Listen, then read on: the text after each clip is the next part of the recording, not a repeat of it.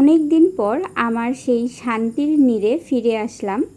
আসসালামু আলাইকুম প্রিয় দর্শক, আমি আয়েশা সিদ্দিকাস কিংডম চ্যানেলে সবাইকে স্বাগত জানাই।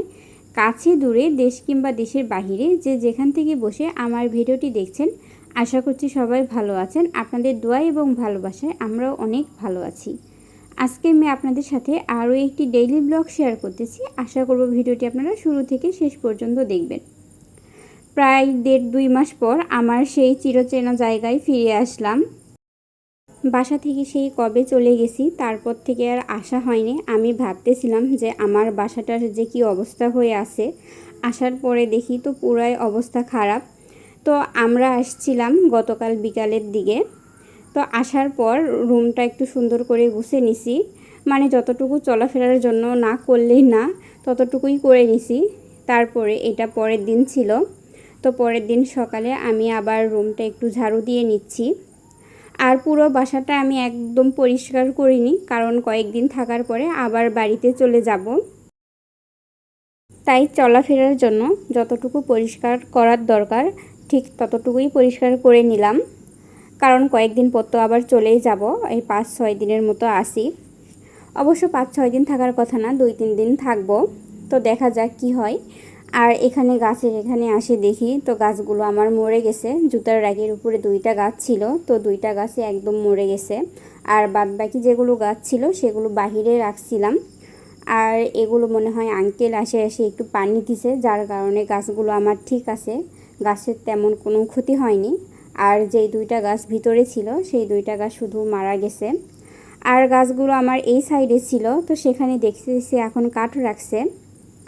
তো এখানে রাখছে, তো যার কারণে ভালোই হয়েছে, বৃষ্টির পানি আসে, গাছে একটু পানিও পড়ছে, তো যার কারণে গাছের আমার তেমন কোনো ক্ষতি হয়নি। তাছাড়া দেখা যেত যে এতদিন বাড়িতে থাকার জন্য সবগুলো গাছ আমার নষ্ট হয়ে যেত। আমি তো বাড়িতে যখন ছিলাম তখন ভাবতেছিলাম যে বাসার আমার জিনিসপত্রর যে কী অবস্থা হয়ে আছে, কারণ গাছগুলো সব ঠিক আছে কি না। এরপরে আমরা যেই পাখিগুলো পালছিলাম সেই পাখিগুলো যেখান থেকে কিনছিলাম ওইখানে রেখে আসছি। তো বাসায় 5-6 দিনের জন্য আসছি, তাই আর পাখিগুলো আনা হয়নি। যেখানে পাখিগুলো রাখা হয়েছে তো সেখানে ফোন দিয়ে শুনছে যে পাখিগুলোর কি অবস্থা। তো বলছে যে পাখিগুলো নাকি ভালোই আছে, কোনো কিছু হয়নি। আর পাখিরা নাকি 3টা ডিমও দিছে। তো এতদিন বাসায় ছিল, পাখি কোনো ডিম দেয়নি, আর ওখানে যাবার পরে ডিম দিছে, তো শুনে ভালোই লাগছে। আর পাখির কথা বলতে বলতে দেখি এখানে পাখি বাসা করছিল। তো বাসাটা পুরোপুরি করতে পারেনি, পরে হয়তো বা এরা আর এখানে নতুন করে বাসা করেনি। সেই বাসাটা আমার পর্দার সাথে ছিল, তারপরে দেখি পর্দা থেকে এখানে পড়ে আছে। পাখি আমার খুব ভালো লাগে। তো মাঝে মাঝে দেখা যায় যে দোয়েল পাখি আমার পর্দার এখানে আসে, রাতের বেলা থাকতো। এখন আর দেখা যায় না। আগে দেখতাম যে রাত হলে দোয়েল পাখি আমার বাসায় আসতো, আসে পর্দার সাথে ওখানে থাকতো। তো পুরো বাসা আমার এলোমেলো হয়ে আছে। এখন এই র্যাকটা আমি পরিষ্কার করব।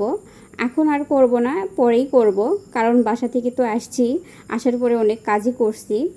তো এই র্যাকে প্রচুর ধুলাবালি পড়ে আছে, তো এইটা একবারে পরিষ্কার করে রেখে দিব। আর বাসায় আসছিলাম তো রান্নাবাড়ি তো কিছু করতেই হবে। তো বাসায় তো তেমন কিছু ছিল না, তারপরে ভাবলাম যে আলু ভাজি করে নেই। আর বাসা থেকে মাংস নিয়ে আসছিলাম। আর আমাদের থাকার কথা ছিল মাত্র 2 দিন থাকবো। তো এখানে আসার পরে একটু কাজটাও বেড়ে গেল, তো যার কারণে আর 2 দিন হলো না, কয়েকদিন থাকতে হবে। তো এখানে আমি এখন আলু ভাজি করে নিচ্ছি। মাংসের যেই তেল ছিল সেই তেল দিব একটু। আর মাংস আর আজকে দিব না, শুধু একটু তেল দিয়েই আলু ভাজি করে নিব। মাংস দিয়ে আলু ভাজি করলে আমার কাছে খুব ভালো লাগে খাইতে। ভিডিওর মাঝখানে একটা কথা মনে করিয়ে দেই, আমার ভিডিওটা যদি আপনাদের কাছে কোথাও কোনো অংশে একটু হলেও ভালো লেগে থাকে, তাহলে প্লিজ ভিডিওতে একটা লাইক দিয়ে ভিডিওটি কন্টিনিউ করবেন। আর আপনি যদি আমার চ্যানেলের আজকে নতুন হয়ে থাকেন, চাইলে কিন্তু চ্যানেলটিকে সাবস্ক্রাইব করে দিতে পারেন। আর পাশে থাকা বেল বাটনটি অল অপশন চালু রাখবেন, এতে করে আমি যখন ভিডিও ছাড়বো আপনাদের কাছে নোটিফিকেশন চলে যাবে। আপনারা সময় সুযোগ বুঝে আমার ভিডিওটি দেখে নিতে পারেন।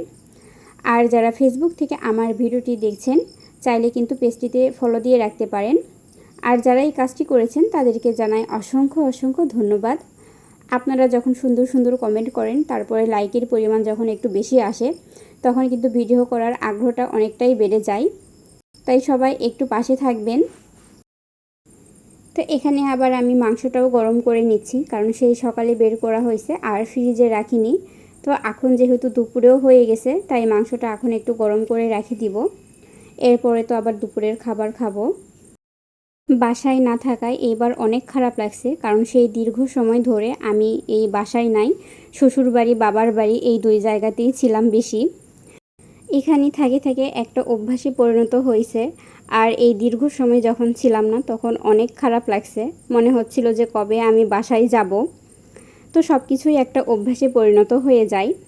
তো এই দিকে কিন্তু আমার আলু ভাজিটাও হয়ে গেছে, এটা আমি এরকমই রেখে দিব। তো আজকের ভিডিও এই পর্যন্ত, দেখা হবে অন্য কোনো ভিডিও নিয়ে। সেই পর্যন্ত সবাই ভালো থাকবেন।